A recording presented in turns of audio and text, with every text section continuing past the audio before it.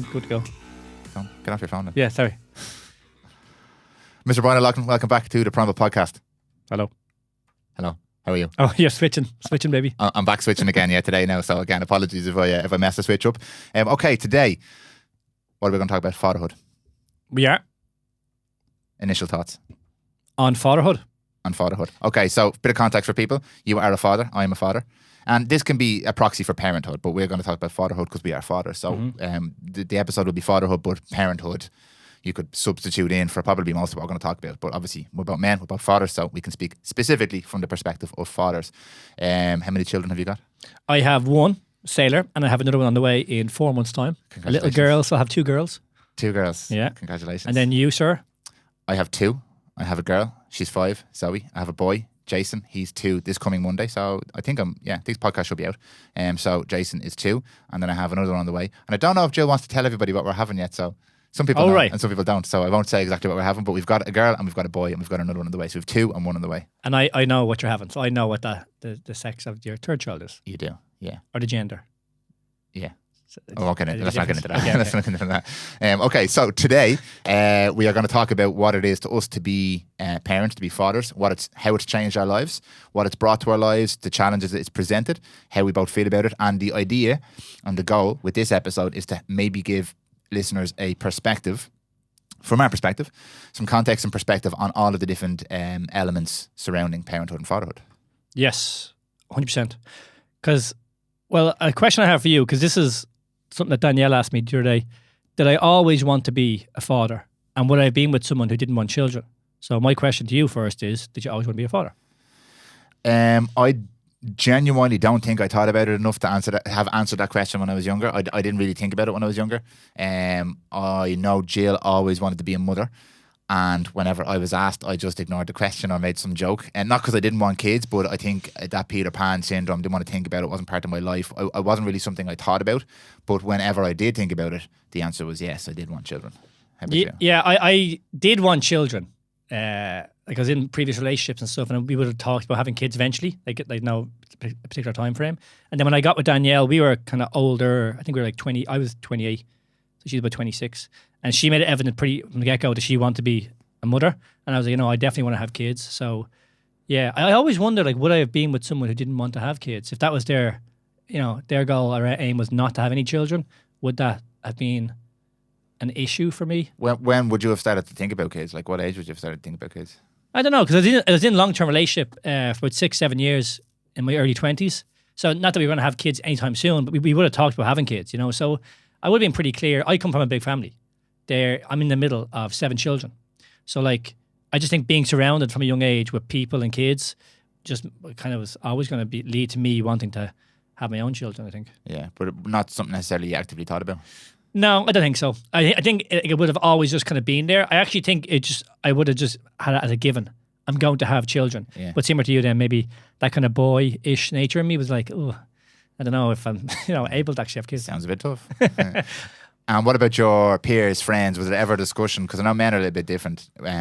Was there ever discussions when you were younger? Was it ever brought up? Was there ever people talking about, would you like to have kids? Anything like that?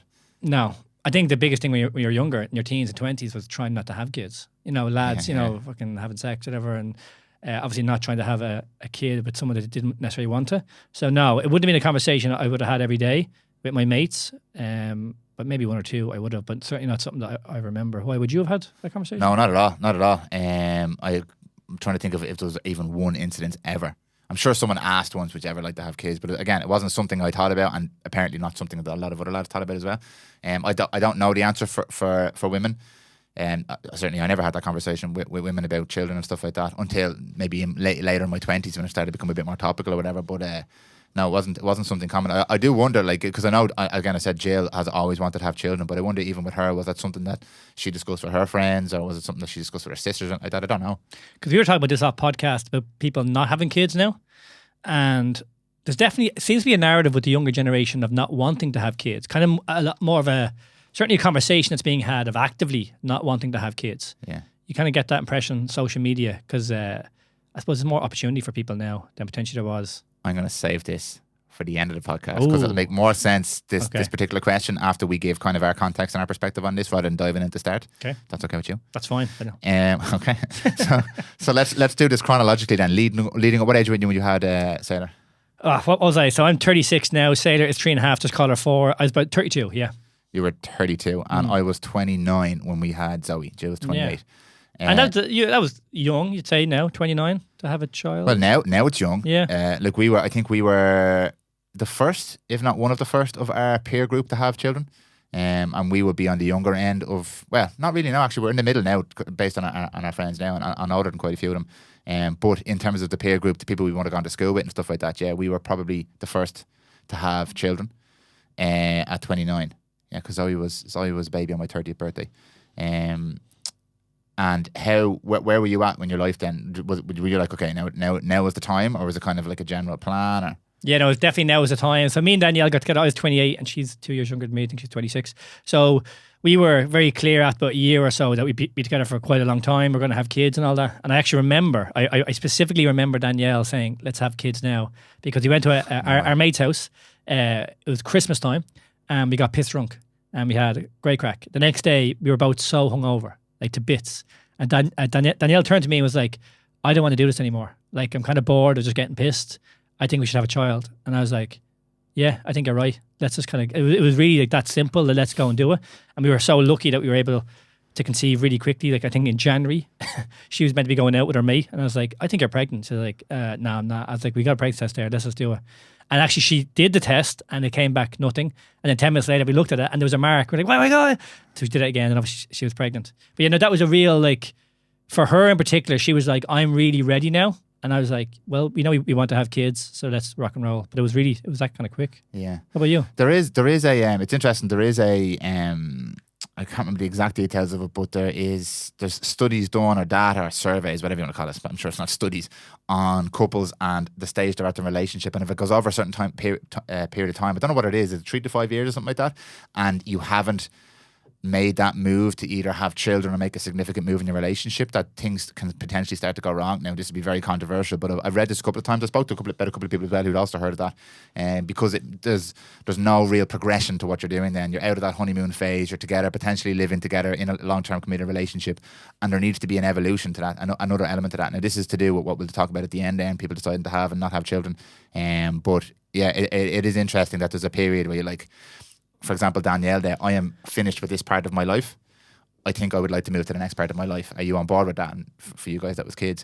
For us, we were in our late 20s. Jill had always wanted to have kids. We were together a long, long time. And we had the conversation. And I think the place we were in was, right, now, if it happens now, we are ready for it now. We didn't actively say we are now going to start trying to have a child. But if it happens now, we are ready to be parents now. We're together. We're committed to each other. We live together. We love each other. We're ready to have children. And I actually remember Jill came in, and it was out of the blue. Jill came into I remember where I was sitting. I remember what corner of the living room I was sitting. She walked in, and she looked a little bit shell-shocked. And I was like, you're pregnant? I'm pretty sure. She'll correct me if I got the details of that wrong. I'm pretty sure that's how it happened. And I was like, you're pregnant? And she's like, yeah. And that was it then. And we were genuinely delighted. A little bit shell-shocked at the start, like, because we weren't like planning to have a child right then and there. But it was amazing. So that was us, and I was 29. Because you're talking about that data, whatever that data would be. But it is interesting you're saying that, because I remember me and Danielle had moved in about 8 or 9 months previous. And it was kind of like, it was great crack. We moved in together. We were in love, obviously. We'd been together, whatever, 2 or 3 years previous. But it was like, it was kind of like, where are we going with this? You know? And it is interesting with that, especially with kids, I think, as well, because it seems like a very adult thing to do. And have children. Yeah. Like, it's the next level again. Well, I would certainly hope so. Yeah, I hope so as well. But I just mean, to be a father or be a mother, it's just that responsibility. Yeah. Because all we've ever been, obviously, if you don't have kids, is we have been children ourselves to our parents, So we've kind of been, quote unquote, looked after to a certain degree. So it's just funny, though. I think that it's kind of shifting further and further, though, about having kids. Yeah. Like 29 being young. That's mental. Yeah. Isn't it, though? I suppose it's contextual. Like, what I find mad about it is that shift happened within the space of a generation. So it wasn't like my parents had us when me and my sisters when they were, I think, 22, 23, and they were married as well. And it was almost a decade within the space of one generation, it was almost a decade later that we're having our kids. Yeah. And like we're at the start of our 30s having our kids. So there's definitely been a massive shift in a short period of time. It wasn't like they were 22, 23, we were 26, 25, 26. It was a whole generation. So there's a massive shift there. I suppose that's why maybe why it's a bit more shocking. In the context of today, it is considered young to have children because you have careers and all that kind of stuff. And again, we'll get into the cultural and the social side of it afterwards. But yeah, it is definitely the younger, late 20s is considered the younger side now. Actually, I remember David Nolan was on my podcast and he talked about the kind of the shift to the right hand side because, for example, our parents would have a lower lifespan and we're all now living longer. So as a result, naturally these things like children will shift to the right hand side, i.e. potentially a decade. And also women entering the workplace as a massive thing to do with it because women are now working in the 20s. Again, we'll touch on this at the end, but lots of different shifts culturally and socially that have kind of pushed that age out a little bit. Like, what is like a geriatric mother still hasn't changed. It's 35. 35, I think. 35 is a geriatric mother, so you're geriatric from a medical perspective by 35. And a lot of people are only starting to have families now at 35. So yeah, it's just an interesting shift. But we'll stay on track for the moment. We'll get to that at the end. So you had Sailor. Your initial kind of what was that experience like for you? Well, before she was born, I remember I was burning myself out of work. So Movement 101 was going quite well. I was working, but I remember... What stage of Movement 101 is this? Was this like blow up style? Yeah, like 2018. I'm pretty sure it's when Sailor was born. 2019. No, 2019 she was born, sorry. So yeah, so it was like we were in 2.5 years. So like we were doing quite well. The message was getting out there. I was busy with work, happy to be, but had actually just gone through a burnout, was kind of coming out the other side. Had James McCarthy been in, yeah? Yes, he had. So that's what kind of blew us up. But like, for me, I remember distinctly before Sailor was born saying, I want to be present in her life. Wow. And the way I was working and living, I just wouldn't have been, you know? So I just remember before she had arrived being like, what I have to do over the next, 3, 6, 9 months was to get myself ready to make sure that when she enters the world that I am genuinely present every single day. So I was shitting myself because I wasn't there. Yeah. You had a lot more clarity of thought than I did, for sure. Why? What were you like? Well, sorry, just quickly. Mine's probably a bit different because we were actively trying. So it was almost like, from the get-go, I was like, okay, we're looking towards this, And even beforehand, we were obviously kind of thinking about it. So I had that vision in my head. Yeah. Wait, what were you like? What were you thinking? Well, I suppose your life then was a version of what it is now. You were on the path, on the journey. You're a business owner. You had a bit of vision. You're moving towards it. I wasn't. I was still working in the clinic. I was working for someone else. I didn't have that level of vision there. Not that I was potentially a little bit lost. I was still that little bit of a boy mentality, all that kind of stuff. So I wasn't on the path yet, this path of growth and stuff like that. So there wasn't a lot of active thought about most things in my life. It's kind of just getting on with it. You know what I mean? At 29, that's old to be in. And were you shitting yourself then? Wasn't shitting myself, no, because I was ready, and when it came, it wasn't like we were like we're going to do it right now. But when it came, I was like, I'm ready. This is okay. I'm ready. I'm very happy for this. And after the initial bit of like, oh my god, we're having a baby, and that little bit of fear at the start, then you're like, okay, this is what we're doing now, and it does start to change. It starts to rewire you a little bit. I feel anyway. It starts to rewire you a little bit. You're like, okay, I'm going to have to level up a little bit here. So there was a little bit of that, but I didn't, because like now, for example, planning for this next child, I am in the mode of, right, this next child is here. There's a couple of things I need to sort out a bit myself before this child gets here. Like I need to sort out my sleep a little bit more. I need to have a little bit more energy. I want to be really, really present and focused when the child arrives, because when the child arrives, I know what that's like because I've done it twice already. So I don't want to be in the chaos when the child arrives and there's more chaos. So that's very, very conscious now. It wasn't at all with the first child. Had no idea what to expect. Wasn't shitting myself at all, but was like apprehensive and unsure, and because I didn't really have a lot of vision and direction in my life already. It didn't help. It maybe added a little bit of, okay, you're going to have to do something here, but it didn't really clarify anything for me in the initial stages leading up to having a child, which is where maybe you were a little bit different. Yeah, I was a little bit different in that regard, but I think I've said this to you before.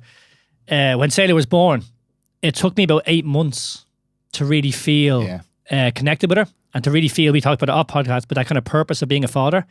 I didn't have that initially. I remember when she was born, literally born, and I bawled my eyes out. It was so visceral. I couldn't control it. I didn't feel sad. It literally just happened. I was just like, bah, just tears bursting out of me. And then she was born, and like just the first 8 months, again, I was there. I loved her and all, but I just felt a bit of a distant connection with her.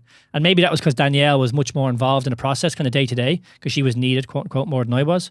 But I just distinctly, like, I don't remember the moment it happened, but it was around 8 months that I was like, oh my God, like I feel a real connection as this child's father. And then from there, kind of altered my way of living and being then. Yeah. What were you like? With the birth? Yeah, well, no, even that similar feeling and connection, like, and the birth. So in the initial, like I've said this before, and I'll say it till the day I die. It was amazing. The day, the process of the birth, the couple of weeks that Jill had a very difficult pre-labor and labor process. She's a fucking champion, but the birth itself was amazing. It was the best thing I've ever experienced in my entire life. It was incredible, and I did feel a deep sense of connection when they handed me Zoe, and so he's this giant fucking child. She's huge. When they handed me Zoe. And what happened with our story was Jill had a slight complication as well, so Jill actually had to leave for a little while. So I was left with the child by myself in the room, and it was a Sunday. There was nobody around. I actually remember they handed me the child. Jill had to head off, and everybody left. There was nobody there, and I was like on the whole floor by myself, and I was holding this child, and I like popped my head out into the hall, and I was like, "Hello," and there was no one there. I was like, "It's just me and this baby." And it was that moment that it was this whole cliche of all of the things that people had ever said to me about having a baby. I started to like feel them really intensely. Like, it's going to change your life. You now have this other part of you in the world. It's going to change how you think about the universe and love and everything. And I started to feel that. Like, I had never felt it before. I had processed the thoughts before because people say this stuff to you. But when I was holding Zoe and I was there by myself, I was like, whoa, okay, I get it. It was like an oh wow moment. And then I was by myself. I was like, hello. And the cleaning lady came along. She's like, are you okay? I was like, what do I do? I don't know what to do. And then I remember ringing my folks and stuff like that. So the process was amazing. Jill was amazing for the whole thing. She's fucking champion. The whole thing was amazing. And that process, there was 2 or 3 really difficult days leading up to her. I was really kind of getting the sense of, okay, here's my responsibility now. Like, I can't do what she's doing, but I can be here for her, and like, forget about work, forget about everything else, forget about the world. Now we're here, and Jill's doing this, and I'm here to support her. So that was like that narrowing of your focus onto this one thing that was probably one of the first times in my life that had ever happened. So that was amazing. And then the birth was amazing as well, and the few days afterwards and stuff, you're like, whoa. So it was a real transformation. As you're talking there, like, I remember, because I experienced that to a much lesser degree, but I remember for that first 8 months feeling like a piece of shit for not feeling like that, and that real connection, that kind of change and that transformation. Yeah. Honestly, I remember being like, the fuck is wrong with me? Like, this is fucking weird, like, you know? And thank God I ended up kind of having that somewhat sense and feeling a purpose eventually. Yeah. But I thought it was extremely weird that I didn't get Now, that. I'm not saying I felt an immediate like connection with the child, but I felt that sense of, whoa, okay, this is a massive shift in who I am.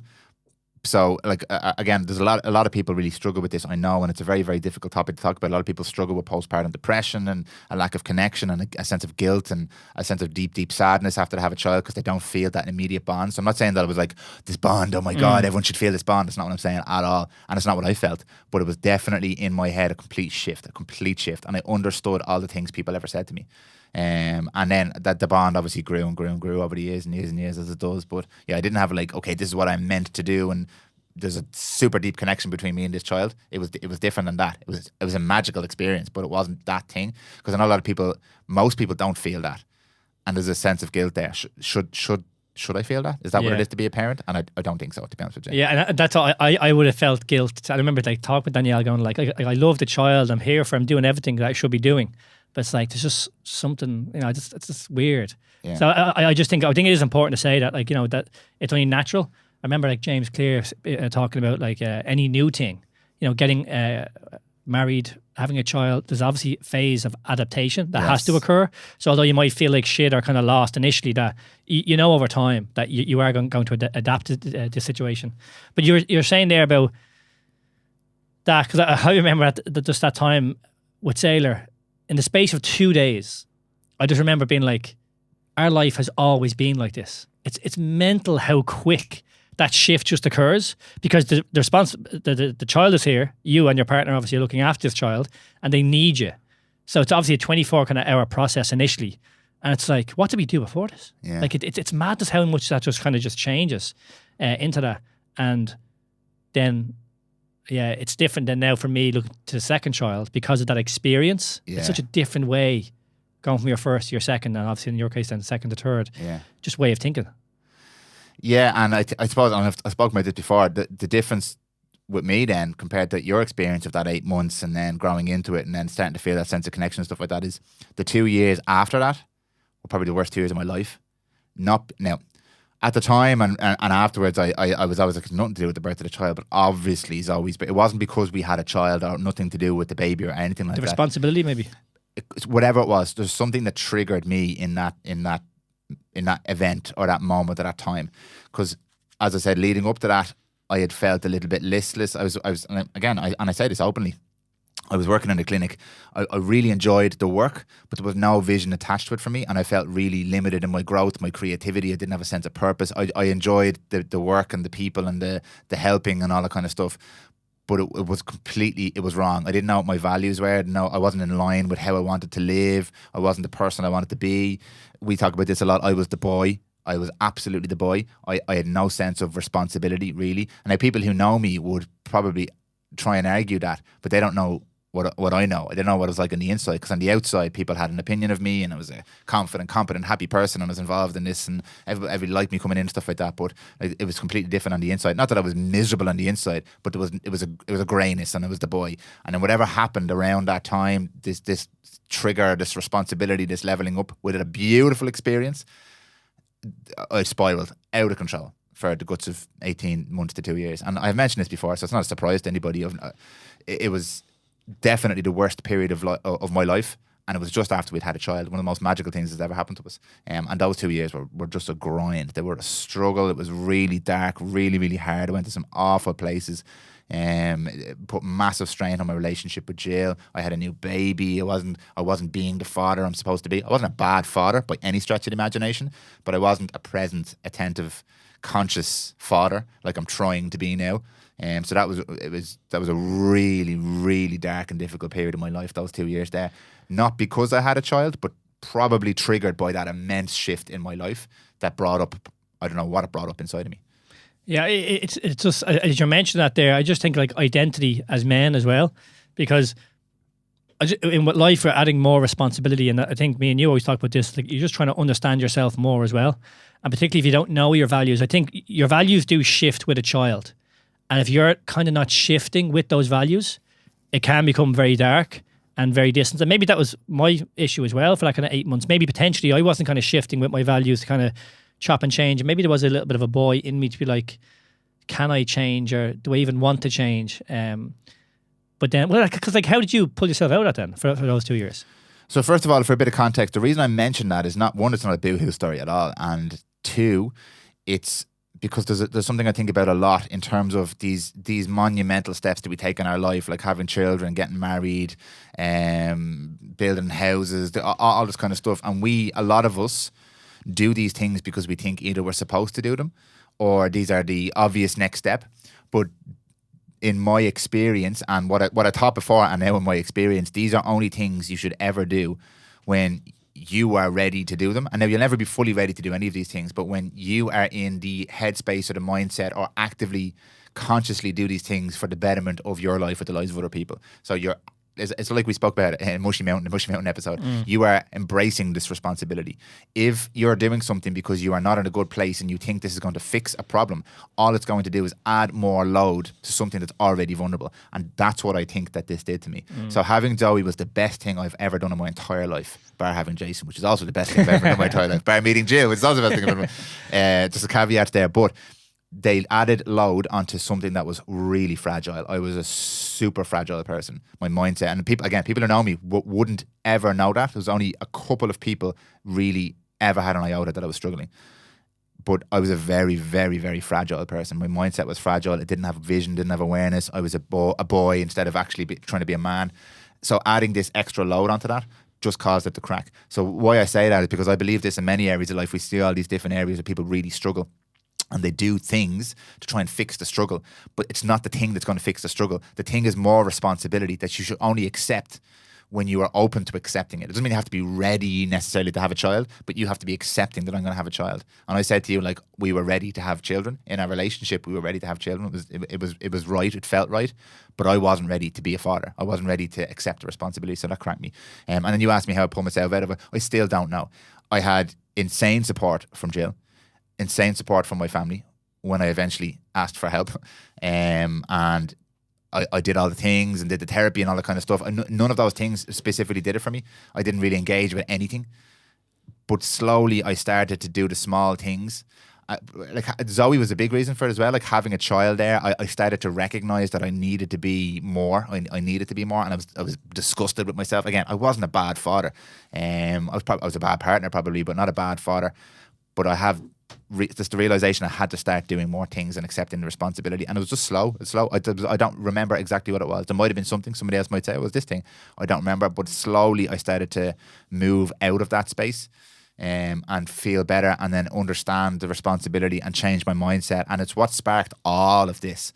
It's what you would have seen in me when you met me. As in Prymal, is that what you mean? As in Prymal, which is realistically my growth mindset. And I want to do the business now, and I want to be a better father. I want to be a better partner. I want to be a better man. I want to be a better version of all these different things. That's where it really, because before that, all of these things were nice ideas to me, and I used to love reading about them and reading the books and listening to the podcasts. But coming out of that, I was like, "Oh, this shit is this is real. I can lean into this stuff and I'll be better." And since then, we've had struggles. We talked about it on the podcast. We've done our 75 medium rare. We've done all these different bits and bobs. It's just ups and downs, but it's the pathway has been constant. Upward, constant growth. Everything has improved. It's nowhere near where it needs to be, but everything has improved. Well, then the question I have for you then, if you didn't have children, would you have, because you mentioned about how important Zoe was then for that change. Do you think genuinely you would have dug deep or done the work you had to do if it wasn't for her? It's a good question, and I fear the answer might be no. I think that breaking was required. Not that everyone needs to be broken. For me, I think that breaking was required because I could have skated through my entire life without ever embracing responsibility. And this was the first time that I had to embrace it, or something would have gone wrong, would have broken my relationship, would have not had a relationship with my child. And again, we weren't there, but that was a potential. That was on the table if I kept not accepting responsibility. And it's not to say I rose from the ashes like a phoenix and I'm to become a phenom. Not at all. It was a slow process, and the process is ongoing now, as you know. But I don't know would I ever have had to. Something probably would have happened that would have been a disaster in my life at some point. But I would have blamed somebody. Again, that victim mentality, it is that fragile mentality. And in my situation, I was able to come through it and grow and recognize that was a victim mentality, and it was my problem. It was inside me. But easily, I could have fucking pointed the finger at everybody else and poor me and my life is this and I can recognize that because I could have gone either way, and I've come this way now. But it's not to say that that's victim mentality still inside. So to answer the question, there's a good chance I never ever would have learned these lessons if I hadn't had a child. That level of responsibility. Here you go, like literally handed to you. Here you go. Now it's your turn. Decide what you're going to do with this. And I think that's everything for men. Do you know that? Honestly, I really think that because it has been life changing for me, and there's so many people that we work with in Telos, men who have the responsibility of kids as well. I do think that, again, you're just talking everything there. I think that was me for 8 months, definitely. But it's like you can't live the way you used to live pre-children. Your values do shift. Whether you want them to shift or not may be a different story, but your values do shift. You've got much more responsibility, and no longer are your decisions your own. You have to think of other people, and you have to think of the consequences of what you're doing today for tomorrow, next week, next year, because that actually matters over the long term. Peterson always talks about this, but just the everyday, the small little things that we might not think about, of how you interact with your child or you don't, about making time for them or not, about being hungover or not. And it's like, yeah, it's okay, but imagine doing that every single week. Before you know it, there's 3, 4, 5, 6 years have passed, and all of a sudden you go, that child, we don't have any relationship whatsoever.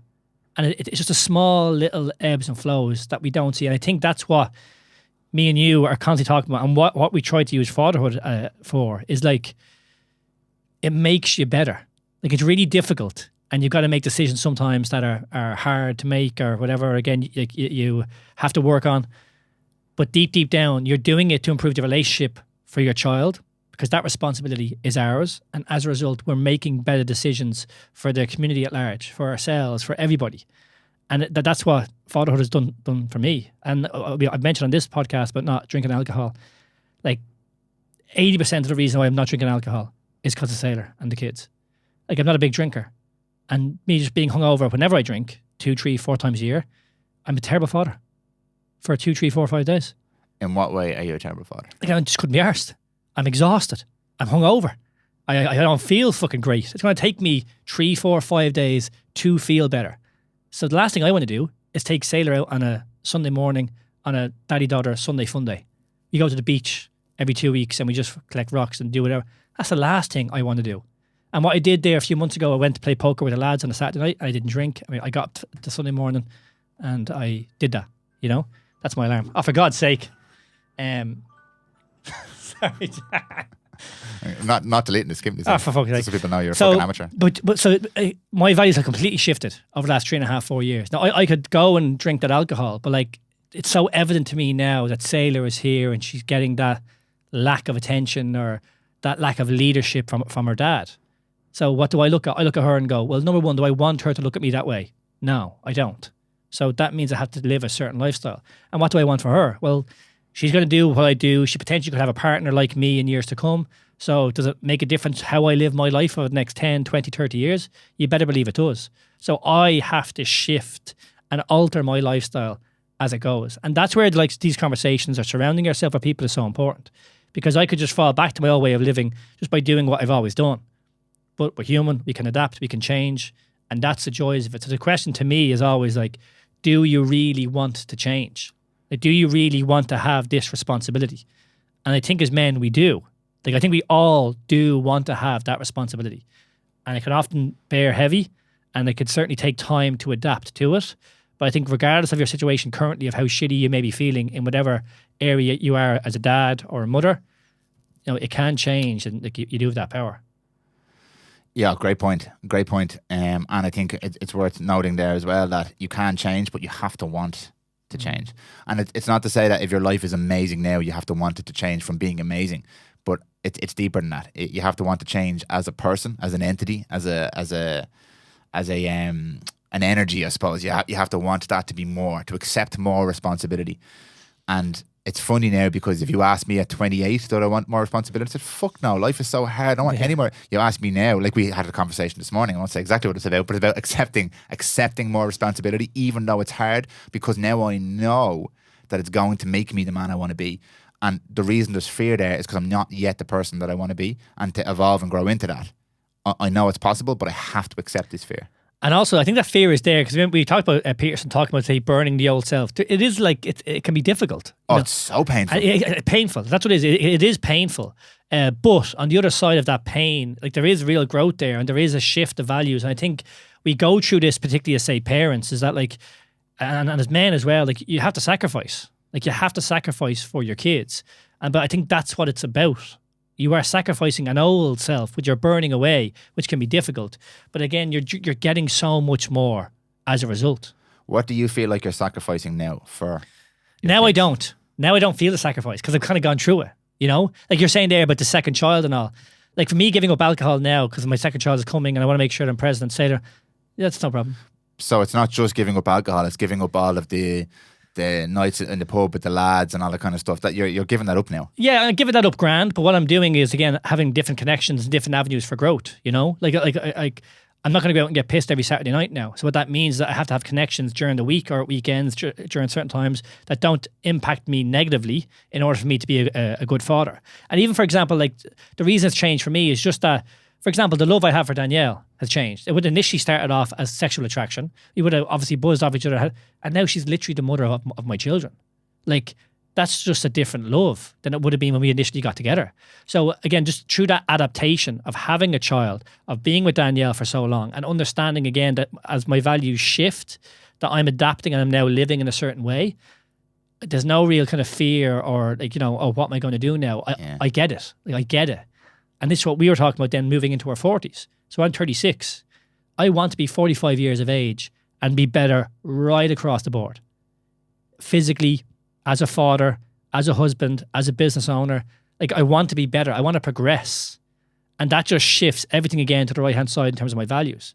The way I operate, the way I think, the conversations that I have. And I would have found this difficult initially, I think, with Sailor and then business in general. The more responsibility, that's the reason you can't do things. It's actually quite the opposite. The more responsibility you take, the more you have to change and live a certain way. Yeah. And that's why you're taking on the responsibility. because it does turn you into this person that deep down you know you can be. And it's fucking difficult. But like, it is better. It is much, much better. I think there's a bit of context I want to add to that, what you just said there. There's a difference between logically knowing that I'm going to have this child because it's going to give me more responsibility to make me a better person, because you can still begrudge that. You can still really begrudge that and resist that actual fundamental change is going to happen to you as a person. There's a difference between that and accepting that this is going to challenge me as a person, and I welcome that challenge. I accept that challenge at a core level, not just at an intellectual level. When this fear and this resistance comes, I'm going to embrace that. I'm going to accept. I'm going to pick up that rock, because it's the same burden, but how you view that burden is everything. As a man, especially, I can speak from this perspective. If I wasn't ready to accept that challenge. I was ready to have a child because I loved Jill and we were in a relationship and we wanted to do it. But I wasn't ready to accept that responsibility. And I think that's what broke me. I think that's what cracked my fragile mindset, because I didn't understand that at a core level, at a fundamental level. So I think understanding that to do these things, like have a child, for example, is going to be difficult, it's going to make you a better person, is one thing. Accepting that is a completely different thing. And I think we can conflate those two things all the time. Yeah, and also, but as I keep saying about how difficult it is, like me and you know what's going to come up now. If it's already for you, you got 2 kids and one's quite young. But I've had 3 before though. Yeah, well there you go. But like sleepless nights, like that's coming down the road. Like, you know, so as you were saying there about getting some things in order now for me to make sure I'm sleeping well and training, etc. and all that. But like this is coming down the road, and it's going to be really difficult. So like just by the fact of me accepting it doesn't necessarily mean it's going to be any fucking easier. Yeah. And that's the idea. But as you said, it's much more empowered, say, to go in head first with that. But that's what I think has fundamentally changed for me as opposed to having Sailor. Yeah. Just the experience of having Sailor and the embrace, me embracing that bit of kind of darkness and chaos and me not maybe wanting to accept that load to actually accepting it and going, okay, no, Jesus, yeah, that feels so much better. I think that is the absolute key with most of this stuff. That small subtle change there for you, that's the key. Because now you know this is going to be even harder because you have 2 kids. And when people always say, people love to say that, like, jeez, you have a fucking... They say it to me now. 3. Why would you do 3? You had 2. Like, what are you doing? These are people who have 3 or 4 kids. Like, what the fuck are you doing? And like, usually that would have scared me, but now I kind of just assume it's because those people haven't really embraced or accepted what I'm embracing or accepted about this. Not that I'm any better than those people, but that doesn't scare me in my situation anymore now, because I've had 2. I've no idea what it's like to have 3, but I do understand fear and chaos, and I've been in a really shit place. So I can embrace the fact that this is going to be really hard, because if I embrace it, it's going to be really hard, and I can own that, and I can be the master of that, and that's empowering for me. And I really feel okay then. I feel okay in the madness then. And we talked about this in the Mushy Mountain episode of like us. By the way, if you haven't listened to Mushy Mountain, you have no idea what we're talking about. Go back and listen to Mushy Mountain. What number episode is that, you know? You should know numbers, man. Why should I know numbers? Because like it's your podcast. Oh, fair point. I don't know the numbers. But in that episode we talked about like embracing the load that we already have, and that we did want it, and then that we can actually accept more load. Yeah. And again, that's why we are using fatherhood as that avenue for personal growth, because that opportunity is there. That opportunity is there if we want to accept it. Or we can go the opposite route and kind of not take that. But in the long term, that's much more painful than if you resist it, it is so hard. But again, me and you have found out, like, through we've been mates for the last 2-3 years, you don't have to stop living your life because you've got kids. Like, quite the opposite. Yeah. Like, it can give you a real drive and energy to be better. They're part of your vision. I will also say, I have to shout this out, we have incredible partners. That makes a difference. Yeah. Well, I think it's like anything. It's like, as you were saying, do you want to have kids, or who you? I think someone was saying the other day, the importance of picking a partner, you know, for your life. Yeah. That they have to have similar values to you and all that, because, as you said, adding a child, more responsibility is something that isn't in alignment. I can only imagine how difficult it is. Me and Danielle, I swear to God, me and Danielle never fought before Sailor. I mean, never fought. Really? Honestly, we never fought. What would you fight about? We had a great life. We were happy out. There was no issues. There was nothing. And when Sailor came about, like, tiredness kicked in. There was more responsibility. People have to do things. Again, you bicker over silly things. There weren't major things, but we fought. And that's just a part of a relationship. That's part of responsibility. That's part of getting clear of what people are doing. And again, what you're trying to do is embrace that and have open and honest conversations about it. But honestly, before that, we didn't fight. So adding a child is something that's already not toxic or whatever, but, you know, difficult to go with. I can only imagine how difficult that is. Oh, adding a child to something that is toxic. Yeah. Yeah, difficult. Very, very But this is the difficult. whole point, because it does take a village to raise a child. Yeah. Because not only your partners, like you have parents, you've got friends. Like, there's a whole group of people that allow you to raise this child. And again, it's about us embracing that as well, you know? Yeah, 100%. I'm only laughing here because me and Jay have fought like cats and dogs for years and years and years and years and years. And we're way better now instead of being worse. No Not saying way. we don't fight. We can have a good old fucking Barney now. But I think we've both accepted what this is, this level of responsibility. Like Jail, she absolutely took to this like a natural. Now she might argue that and say it was obviously extreme. I'm not saying it was easy for her at all. It was fucking so difficult for her. And way more difficult than it was for me because she had to literally feed the child and the two children.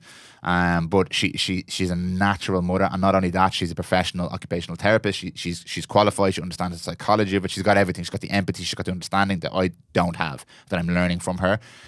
But she's leveled up in serious ways since having kids as well as a person, and so have I. And I feel by us both leveling up, a lot of the little shit doesn't fucking cause arguments anymore because we've both leveled up. It had nothing to do with I used to be right and she was wrong and she was right and I was whatever. We've both leveled up as individuals, and hence our relationship is better now between each other because now we're both better individually, which is what we always talk about. Individual. I've had that camera on you for the last Oh, for God's sake. 2 minutes of my spiel there. So we'll try and fix that. Taking individual responsibility when there could be a problem in a relationship. Why don't you look inwards as opposed to pointing the finger at their partner in the relationship? When there's a problem in your job, why don't you look inwards instead of pointing the finger at the boss? That's led to us having a better relationship and less fights by accepting that responsibility and the responsibility of having children. Yeah, and I'd say same with Danielle. Danielle's an amazing mother, and actually she always says that like she believes her whole rhyme and reason for being was to have children. And just to, like I said, just the love, how it's just changed and grown. And maybe that was again my immaturity. I was in my 20s. I was in a relationship for like 6 years, 7 years. And looking back, I kind of let that go to shit, thinking it should always be perfect. And actually, I didn't take the responsibility to make sure that I was nurturing that relationship or doing things that I probably should have done. And that was just immaturity on my part. And that's what I think, again, having kids and more responsibility with a partner who you have the same values with, you're able to do. You know, you're able to kind of really nurture and grow together. Yeah. Because I think, again, that's the whole point of it all. So, first of all, some of the challenges that you're finding about being a father. Yeah, well, like, initially would be the responsibility, and then I suppose, like anything, even last night, Sailor was up a lot and was getting sick. Like you can't guarantee to be having like sleep all the time and things like that. Oftentimes, things won't go to plan. But I suppose for me, the biggest challenge was just to really accept that responsibility. I like looking back for that first 8 months, but having done that, then like. There's challenges like anything else, you know what I mean? Like, there's no real issue or challenge that you can't overcome or have. But for me, that like just sleep. I remember when Sailor was about 8 or 9 months because she was sleeping so well, and for about 3 or 4 months she didn't sleep. Like literally did not sleep for. I mean, he had a sleep specialist in and all this kind of crack. And I just remember being like awful. And I could see why they use it to get people to talk because it's just horrific when you do not sleep. So again, that's probably coming down the line with the second child. And just know that it's not going to last forever, that you can kind of adapt to it. But that's probably my biggest thing, sleep. Yeah. I suppose on a practical level, it's the same for us. Again, I got off with murder, especially with Jason, because Jill was breastfeeding and she did a lot of the night feeds, all the night feeds actually, because she was breastfeeding. But there were periods where we really struggled with sleep, and that was a massive wake-up call for me. Like, wow, this sleep is important. Every single thing you do in a day could be better or worse based on how you sleep. It was huge. Bigger than listening to the Matthew Walker podcast and reading Why We Sleep and all that kind of shit. That experience for me was like, what, this shit's important because it can literally affect, it's a filter through which you see your day, through which you see your life. And if you have shit sleep and you're not taking care of yourself, your life is going to be shit. That's a fact. That's an absolute fact. Argue with me if you want. It just completely shifts it. On a much more fundamental level for me, it is...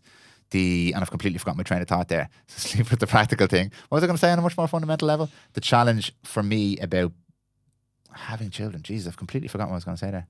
Well, give it over to me because, like, for me, I look back before I had Sailor, and I would have wondered, could I actually be a dad or have that responsibility? You know, and I think, like, I don't know about you, but like, I'd like to have more children after our second child. Let's get you the second child first. But like, I just love the idea of having a load of kids. And just a family together and our own little world and our own little values and our own little way of being.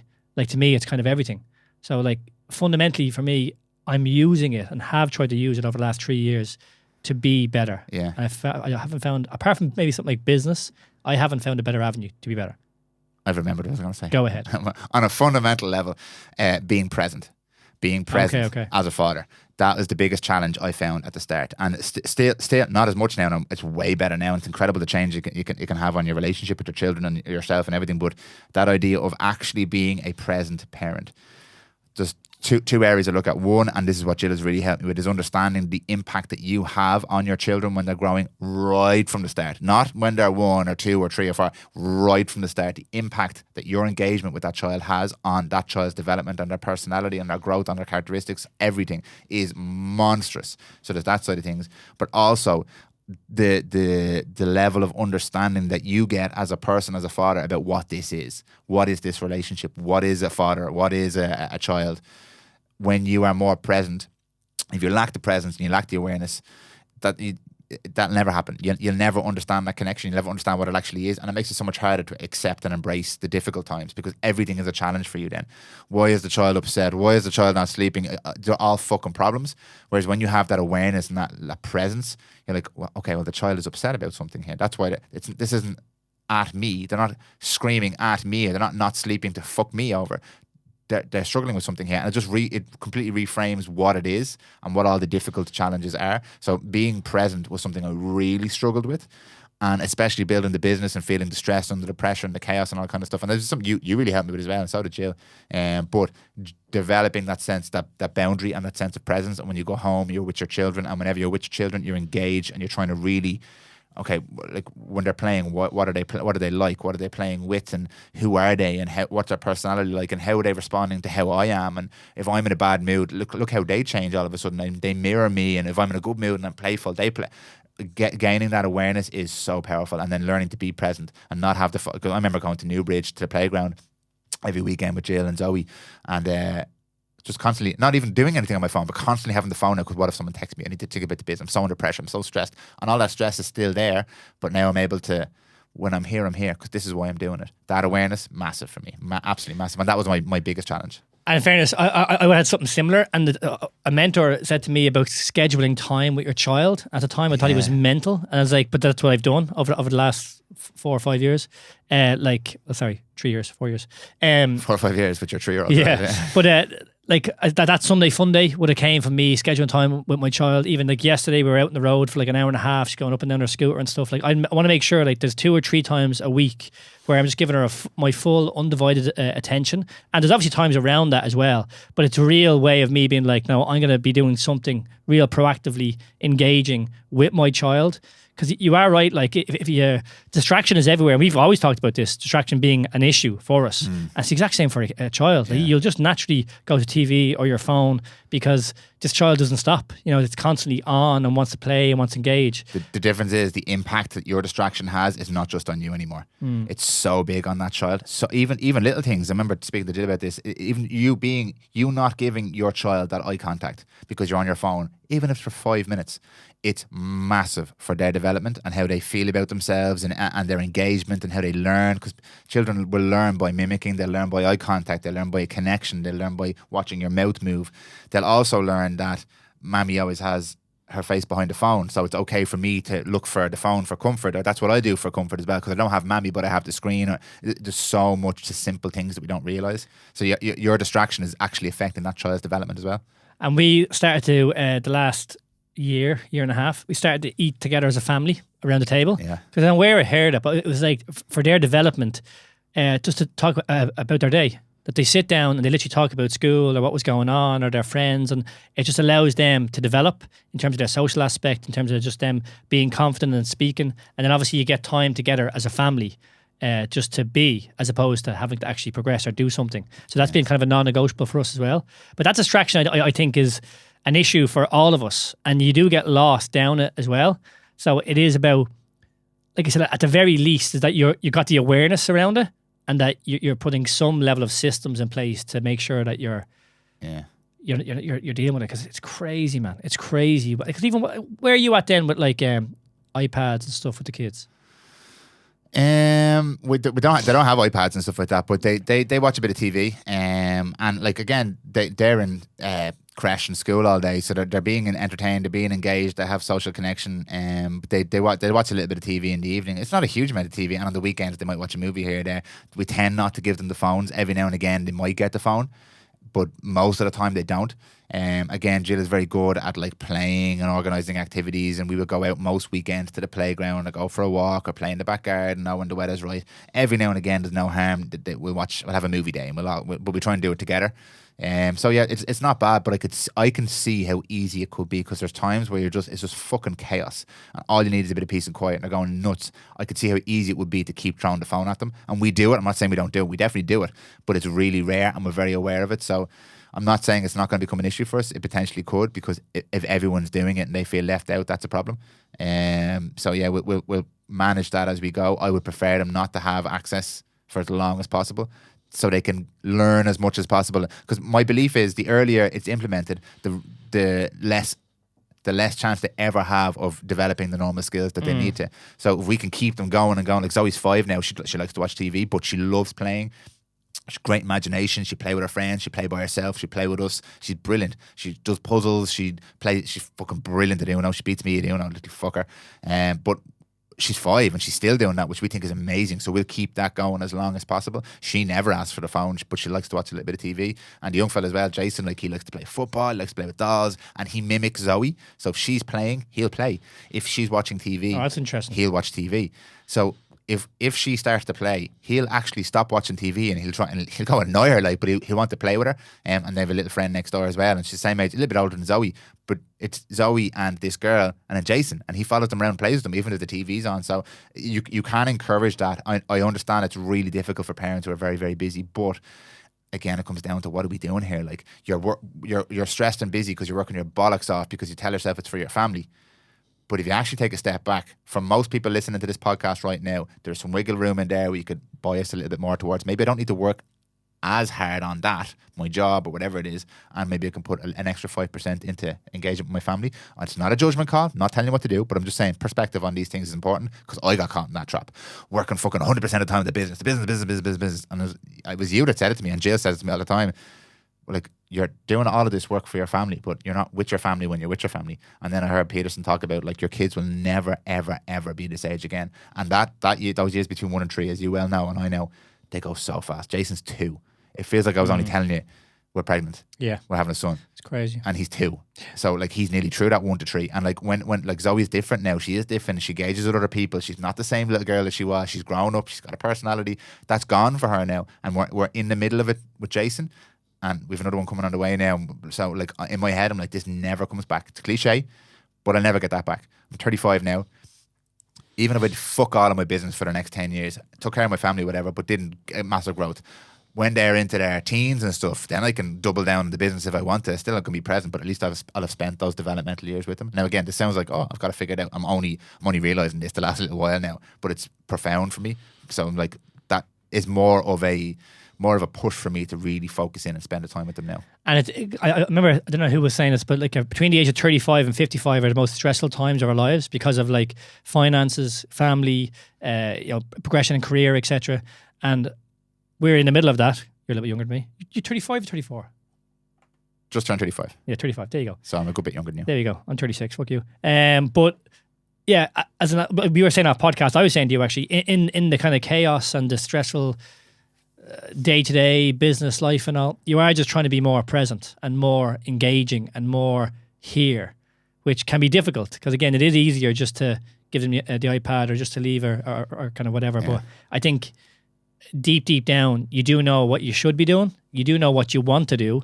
And it's about then making sure that you're at the very least gaining awareness around these things to make that change eventually, or embracing the fact that let's just kind of go and do it. Yeah, 100%. I have a couple more small things here, but we kind of covered them in the conversation up until now. So we'll jump onto that final big point that you tried to butcher at the start. All right. And we'll jump into it now. Having kids versus not having kids. Discuss. Well, I was actually only saying this to my brother the other day. Now, Neil wants to have kids with his missus. They're together like a year and a half. And I was saying, what's the crack? Neil's 32, I think. Yeah, he's 32. And I was like, what's the story? Like, when you're going to have kids? And I was like, like kind of next year or two. I remember just saying to him, like, oh, look, if you know you want to have kids, don't feel like you have to wait. Don't feel like you have to be ready, or you're going to wait a year or two and then do it. It's like, you're doing well. There's things here. If you really do want to have them, don't be afraid you're going to have them now, because I think you'll never, ever, ever feel ready. Number one, if you want to have kids. But then what I would say, number two, is that if you don't want to have kids, I don't know if you can say that for definite. That's all I would say, because there's definitely a percentage of people who don't want to have kids. I think there's no doubt. So I can't say what the percentage is. I don't know. People definitely do not want to have kids. But I think there's more people who potentially do want to have kids than who are saying they don't want to have kids because they don't know. And maybe their life is great and they're doing really well and the responsibility is unnecessary, etc. But from just having kids myself, and this is from someone who said he did want to have kids in his teens and 20s, there's nothing like it. Like, there really is nothing like it. Like, it's hard to fathom and explain. I've had loads of nieces and nephews that I love to bits. And just when you have your own children, I can't explain it. So things are shifting, as we said at the start, to the right. So people are having children later. I just hope a lot of people don't go too far into their 40s, for example, and potentially can't have children, who actually go, well, maybe I did want to have kids. So I just wouldn't rule it out 100% for anybody. And again, you know yourself more than I do, so maybe you do know for a fact that you don't want kids. But I'm telling you, I think a lot of people are maybe unaware of the benefits and the joys that they would have from having kids. What do you think? Very interesting. Very interesting. This is a very, very controversial topic for people. I don't know why as well, but I'll give you my beliefs and I'll be very, very clear about how these are my beliefs, first of all. So I believe this. I'm not saying this is a fact. However, there is a lot of discussion around this now at the moment as well. People who are well more informed than me. So there's a lot of data on this at the moment. A lot of it's subjective, some of it's bro science, but there is a conversation happening around this. It's a fact that less people are having children now. Not all of that is by choice. So people are so the first thing that seems to be happening is that some people are missing that window, because they're distracted by other messaging, i.e. you need to have a career first, you need to be secure first. And just to kind of remind us of the point that we made at the start here, I don't think there's ever a time, maybe there is, but for most of us, there'll never be a time where your life is in line and you're like, this is the time to have children. When I think about being ready to have children, it's about what we spoke about before, being ready to accept the responsibility. So not feeling you're forced into it or not doing it just because you think you should do it. So being ready, for me, that's what I mean by being ready. So when you're talking about Neil, if he feels like he's ready to accept the responsibility, don't wait until your life is in line. So those are two different things. That's the first thing. A lot of people seem to be missing their window now. Unfortunately, women have a fertility window as well.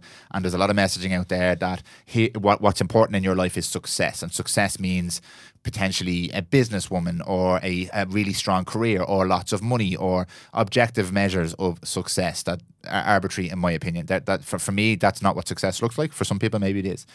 But what that's meaning is people, and women specifically, are delaying having children until they have been able to spend enough time in their career that they feel like they've reached a level where they are successful, whatever that looks like. So that seems to be forcing the opportunity to have children later and later. And the other side of that is, apparently, and this is just based on what I've listened to and what I've heard, is women tend to select mates across or upwards in socioeconomic standing. So women don't date down. So the older you get, the smaller the pool of acceptable or desirable men gets for women as well. So there's a second disadvantage. So there's less men out there potentially to have a child with, and you're later, so your fertility window is slower. So apparently what this means is there's less women having children. The other side of the argument is people who say they don't want children.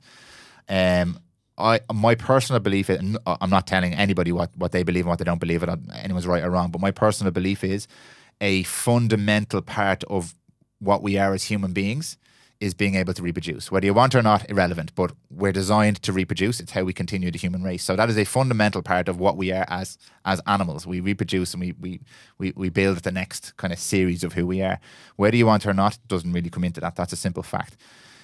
If you say you don't want children, I now don't understand how you could know. And people say I'm biased because I have kids. Yeah, I'm biased because I have more information than people who don't have kids, because I've had no kids and now I have kids. So I've been on both sides of the fence. Now, everybody is different. I'm not saying everyone believes the same thing as me or believes the same thing as you.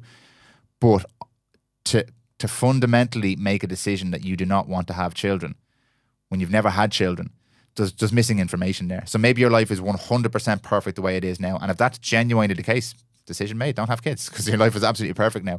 But I think, and I just think, I don't know, and anybody listening here can absolutely prove me wrong by living their lives the way they want to live their lives, but I think that in many cases that's a miscalculation, because I think there's a lot of distraction now at the moment, and our metrics for success are different. And the reason I think that is, I meet so many people who are not happy, who have all the objective. They have the nice lifestyle, they have the money, they have the travel, they have all of the bits and bobs, but they're a little bit older. And they're the people who are kind of saying, there's still something missing here. I'm not saying it's children, but it's potentially children. So I didn't give you any real clarification there, but I do think that children are a fantastic addition to most people's lives. I don't think it's for everybody. I do think that it's very hard to make a fundamental decision on that when you don't have all the information, i.e. you've never had kids before, and it's impossible to make the decision with the information, because you'll never have kids until you do have kids. So I just think it's a really difficult situation for people, and my personal belief is it can and does enhance your life in so many different ways and add a level of purpose that's not possible with many other things. But I'm not saying it's impossible. So yeah, it's not a clear answer there, but I would lean more on the side of, I think it's a good idea for most people. I don't think everyone has to do it, but I think it's a good idea for most people, but only if you've done the work on yourself. Yeah. And I was lucky that I didn't do the work. It happened, and now I am doing the work. But that's not the case for everybody as well. So it could get messy. I just think as well, put the camera on me there, Daniel. You forgot to do it there. Good man, Brian. Don't forget about it. But I think as well, just the messaging around for young women in particular, that of children being a burden. And again, you should be chasing this or chasing this. And you mentioned there, just like asking yourself the question, do I kind of really want this? You know, like, is this who I am, rather than just, you know, potentially a message that I'm following or that I'm being told that I should want. And I think it's just very unfortunate for young people to be told how to think or what they should be doing.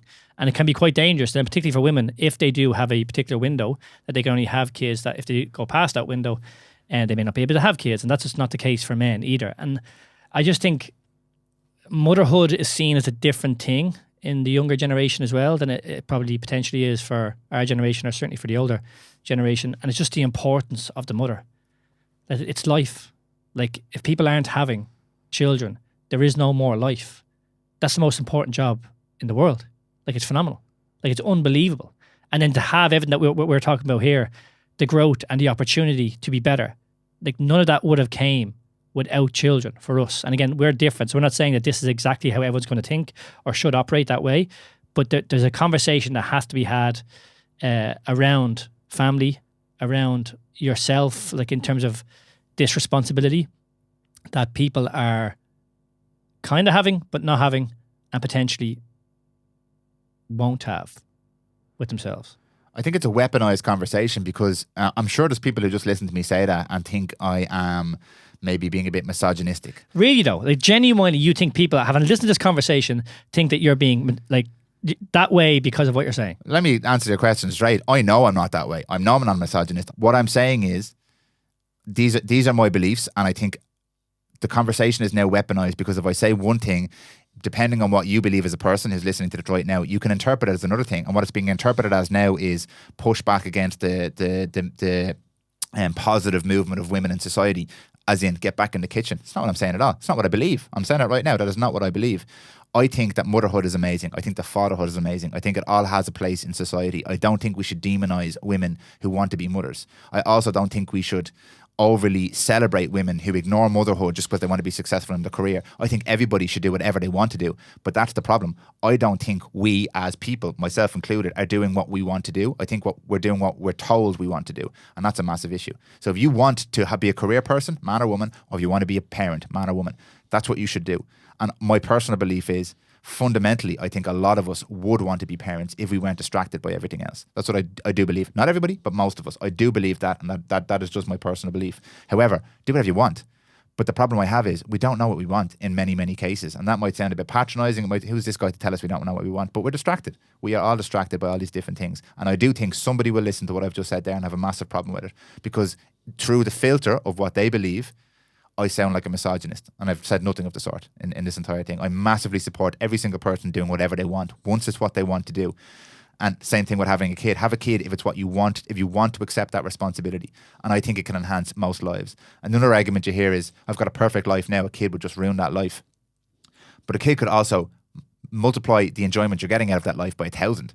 So if you're a traveling nomad, a digital creator who travels the world and really love that, a child could massively improve that life. It could also massively disimprove that life depending on your attitude and your perspective going into it. So I don't think there's a right or wrong answer here. I think, again, it comes back to personal responsibility. Are you in a position where you're ready to make a big decision about your life? And a big decision is not having kids. That's a big decision. It's just as big a decision as having kids, because they both have a huge impact on your life. And they both have different outcomes, but they have a massive impact on your own life, either having children or not having children. So my takeaway point for this is don't do what I say and don't believe what I believe. Make up your mind. Take responsibility and make up your own mind. And I am an example right now of somebody who did not make up his own mind. I said I wanted to have children, and it turns out it aligns with how I actually feel now, but I didn't take responsibility. Until 2 years later, I didn't take responsibility. And now I'm starting to take responsibility. But I was someone who did not take responsibility for pretty much anything in my life. I was fragile and I was a victim. I think this is why it's important to look at just say in 10 years time. Like, if you are just 20, 21, 22, you're going to be a different person in 10 years time. Your values will change. And how do you know that? You just look back 10 years ago, that you were literally a different person. You have different ideas, you have different knowledge, you have different experience. So to say whatever decision you make is that this is 100% definite and it's not going to happen, I just think is unrealistic and certainly may change in the future. So at the very least, being open for that potential to change. That's why, unfortunately, I think that's why this is such a delicate and controversial topic, because there's a time limit on this as well. That's why it can be very, very frustrating to hear about this, because, sure, I'll make the decision. There is a time limit on this. It's not saying you have to have a child right now, or you have to not have a child right now, or make a decision right now. But there's a window. There is a limit on this. I know there's egg freezing and all sorts of stuff happening, and AI, genetically enhanced children, are only around the corner. But there is a time limit on this. So it's the sad thing that I've just observed, and it's nothing to do with my opinion. I've observed people, and I've heard stories, and I've listened to conversations, and there's a lot of information out there now about people who got it wrong. Sounds a bit patronizing, but they now look back and regret it, and that's just sad. I just find that sad, because I'm in a very privileged position where I have 2 children and one on the way, and I absolutely adore it. It's very difficult, but I love it, and it would sadden me to think that somebody else at any point in their lives want that and can't have it, or aren't able to have it for whatever reason. So it genuinely makes me sad. And if we look at, because we're kind of talking about, say, women in their 20s, but I think men in their 20s, because it would have been me, someone who would want to have kids, but then potentially didn't know if I could take that responsibility. And it doesn't have to be in the form of children, but I think responsibility is what we need as men, and particularly now, if you're a man in your 20s and you're a little bit lost, potentially even in your 30s as well, it is actually responsibility. It's responsibility that you do want, as much as you might think it's not, because that's where the adaptation will come, and that's where the awareness will be gained, and ultimately, I suppose, it's where you're going to go down once you accept that kind of full responsibility. And I would have been really confused in my 20s of like, what is it? And then looking back in the last 6, 7, 8 years of my life, it's more load, it's more responsibility. And as a result, I get clearer of who I am, of what I value, and ultimately, I suppose, what I want. And that allows me to take much more intentful action, because the clarity I have, I've got clarity now at 36 years of age that I did not have at 26. I didn't have a clue. And that was the issue. It's like, what? I can't accept any responsibility because I'm a fucking idiot. And now it's like, I don't know. I know exactly true responsibility and true adaptation, who I am and what I want. And what I want now is more responsibility. More children. Well, I want more children, yeah, but it's more responsibility in general. And it's mental to think that, that's what it is. It's responsibility. And again, it's not easy. It's difficult. Go into the gym and lift heavy loads. You're going to fail.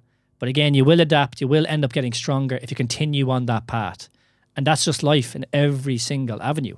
It's fucking difficult. Yeah. But that's ultimately what's going to allow us to develop. Yeah. No. Yeah. Beautiful words there, Brian O'Loughlin. Any parting words of context or perspective? Not advice. I'm not going to say advice, but any parting words for people who are currently parents, not parents, considering, not considering? Well, just what I said there. I think like we can change as humans, and it's a massive thing for us. We just train so many people in their 30s and 40s who maybe are a little bit unclear of what they want, but we're human beings and we can adapt no matter our age and no matter our responsibility. I think we keep coming back to kind of your values and what you want from life. And I think if you are in a place now where you're a little bit confused and potentially feeling like shit, it could be that you're not clear of your values, or you're just not living in alignment with your values. So you just need to gain either more awareness or start to make better decisions for yourself really simple things that allow you to step forth into that. And then once you've got that, there's some level of momentum, and then that can kind of build and grow. And I think, again, that's what children have given me. They've given me that real value system of like what I want. I want to be a dad. Like I want to be a dad. I want to teach this child everything, which means that I have to be better right across the board. So it's not about just telling her what to do. It's about living in such a way that I know is better for myself, I know is better for her, and as a result, it's better for everyone at large. That's what I would say.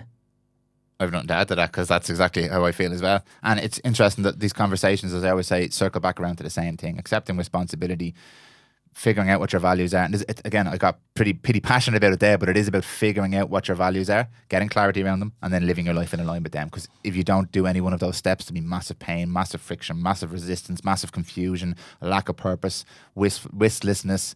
And that's when we get sucked into all the other bullshit. All the noise then seems very attractive because it distracts us from the fact that we feel so shit about ourselves. And again, I'm just talking from personal experience here, but I'm very, very passionate about it because I do believe that there's so much distraction out there that causes us to have like you asked me about that, would people misinterpret that, and I got annoyed because people will misinterpret that, and I'm annoyed that they misinterpret it. And that seems to be what's happening all over the place now. We get annoyed about our politics and about our opinions and about our social society and about our culture and all that kind of shit, when realistically we should be trying to figure out what are our values, live in line with them, and then build a better, compassionate, more connected community. Put that in your hallmark card. I like that. I think even with these conversations as well, go listen back to any conversation we've had on this podcast, me and you. We don't have it figured out. We're just talking, rambling things about what we've experienced and kind of what we want from life and what we're hopefully learning on that journey. So like what we're talking about here right now is open to change. Like we're not saying 100% that all these things are fact. So and that's why we're having the conversations, because we want to learn. Yeah. So that's the idea. But at least be open and honest to want to have your beliefs changed or new information, and that's kind of what it is, because I want to be better. I want to be better right across the board. So I have to be open for that to happen. I also feel like, and it's very important to mention this, two things. One, we are in a very privileged position. We can sit here and do podcasts and talk about this and get our thoughts out on air. It's a very, very privileged position. And number two, we're in a very privileged position because we both have children. And there's a lot of people who actually can't have children. Mm-hmm. And that's a massive, massive issue too. So just to be sensitive to that, I do think about that a lot as well. It's not that I'm ignoring that that's an element here. It's very important to consider that and to recognise, Jesus, I'm so grateful that I can do it. I want to do it and I can do it. And now it's given me the responsibility and my life has improved. That these are all massive, massive privileges. Not the typical traditional, you're privileged thing. But these are things that I am privileged with, and I'm very, very grateful for that. So it's just worth mentioning that as well. And again, I think that's what this whole episode is wrapped under, is the gratefulness and the opportunity that we do have. Because it isn't for everyone. No. People don't have the opportunity. And obviously you massively empathise with those people. But that's not who that message is for, obviously. If you can have children, it's a different story than someone who can't. And my heart breaks for that, you know what I mean? Because that's just... But there's different avenues, I suppose, for development and growth as well. And again, to have that impact on somebody else. So there's always opportunity if you kind of look deep enough. And again, there's definitely gratefulness of having this opportunity. So I suppose for me, it's about making the most of every single opportunity that we do have. Yeah. Brian, as always, really enjoyed the conversation. That was quite a deep one. I think we went pretty deep on that one. Yeah. I mean, look, why we do this is to try and help. Why we do this is to try and explore our own brains and try and have that impact. So I think mission accomplished with this one. I'll get a barrage of hateful comments now. We'll find out soon enough. We'll find out soon enough. But thank you again for your time. Thank you for your input. Best of luck. Well, you'll be back on the podcast before your next child comes. But best of luck with your next child. And prepare yourself. Two is different than one. I know. I'm looking forward to it. Thank you, sir. Yeah. Thank you. Bye bye.